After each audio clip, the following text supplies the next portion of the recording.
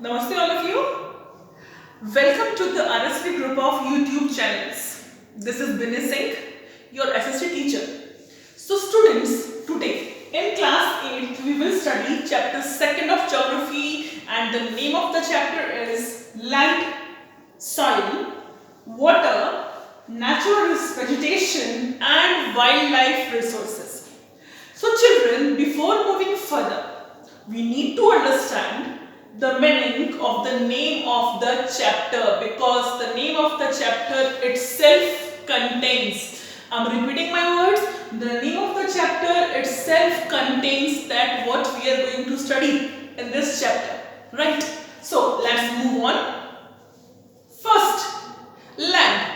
Yes, land we all know. Land basically it is known as crust, the earth crustal part, the hard part, the rocky part on which the vehicle moves. Land on which we walks. The land on which farmer grows crops. Land on which buildings are standing. Land on which different construction sites are being used. So that is land. So again, soil. Now children, soil, we all know that soil. What is soil? On which a farmer grows number of crops for us. Okay, number of plants, number of vegetables, number of fruits, everything that it grows on, or you can say in soil. Okay. Next here it comes is water.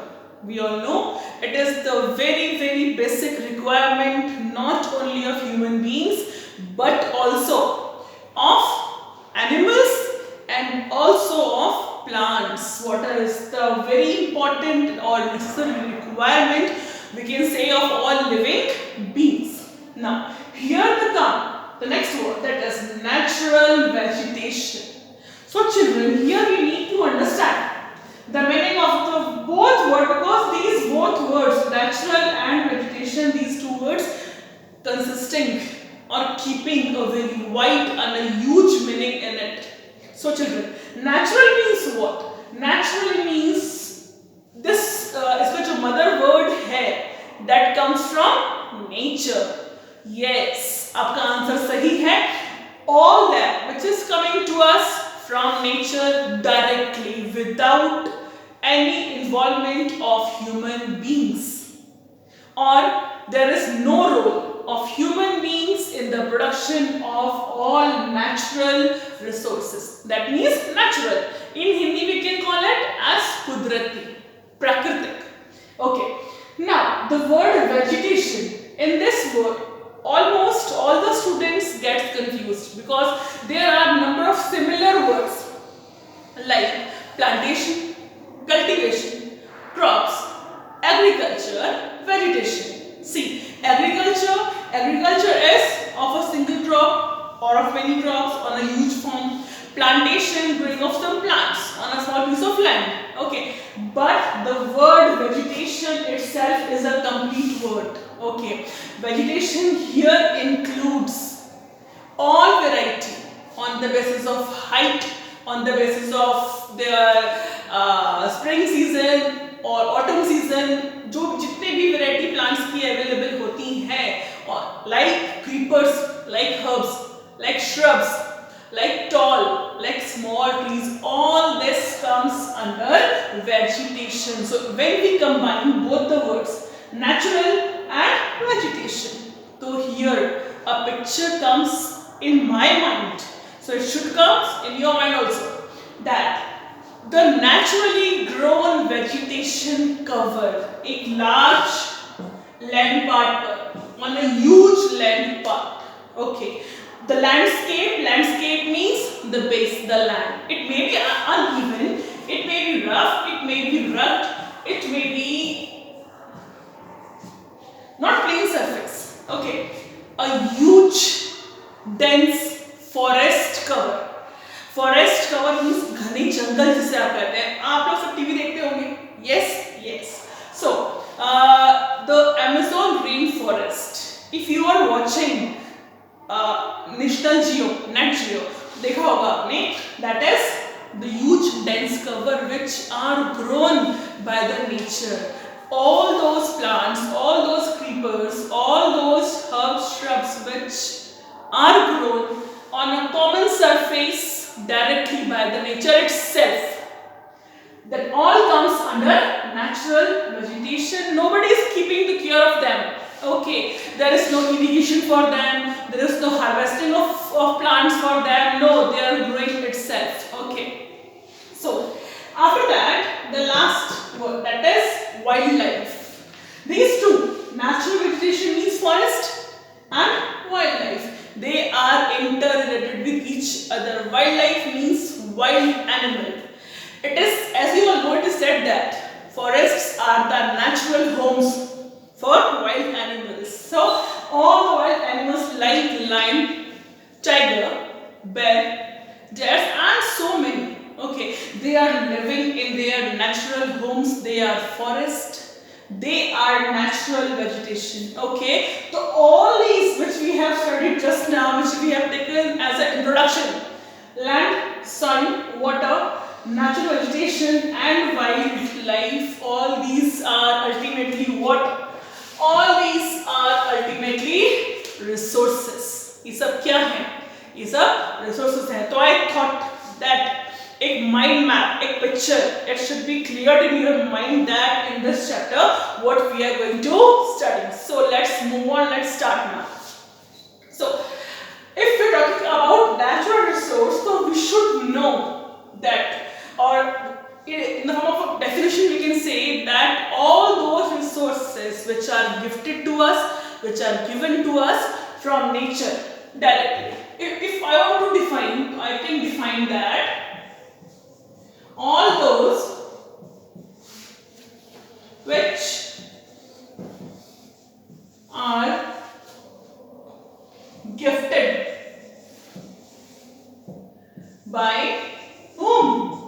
Yes, by nature. All those will be considered as natural resource. See children, we are using furniture in our houses. It is made up of wood, and wood are coming from where? Yes, from forest. So it is a natural resource. Now, here comes what we are going to study, the very first resource, that is land. Okay, तो जहां हम land की बात करते हैं, as I have given you a number of examples, that the land on which vehicles move. I told you the land on which farmers grow crops. Okay, the land on which children plays, the land on which huge and small mountains or hills are standing.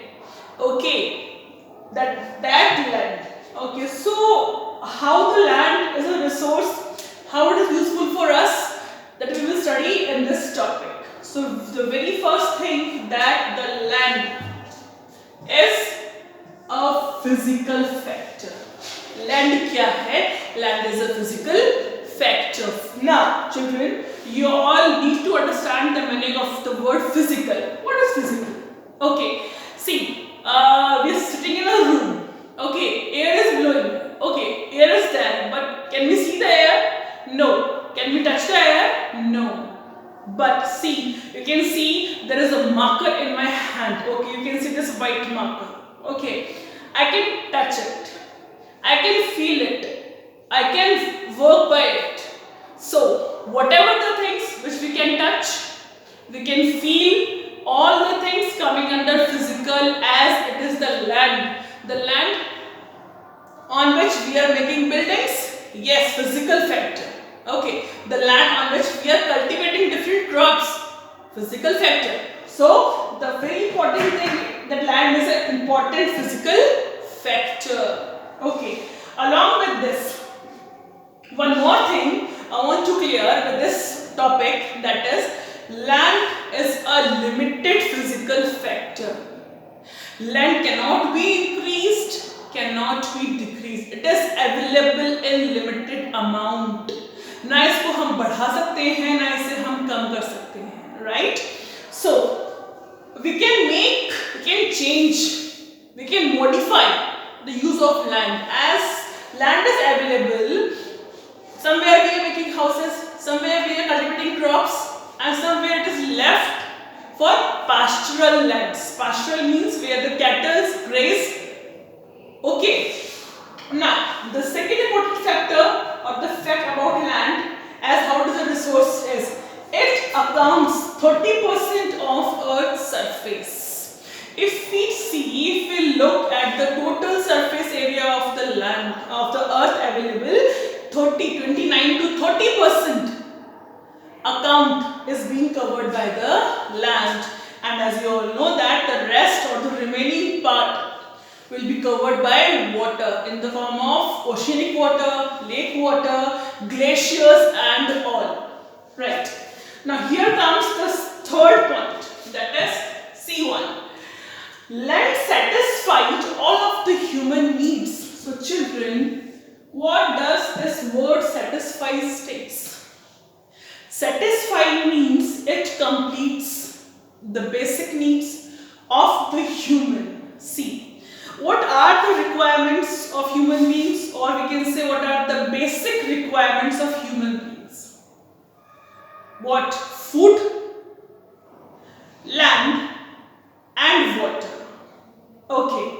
Again I am saying food to eat, land to live and water to drink.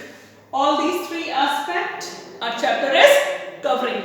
So, as you all know, the population is increasing day by day. The number of people, they are also increasing. So, the land which is already available, the houses, the buildings, the schools, offices, okay, cinema halls, whatever which are already constructed.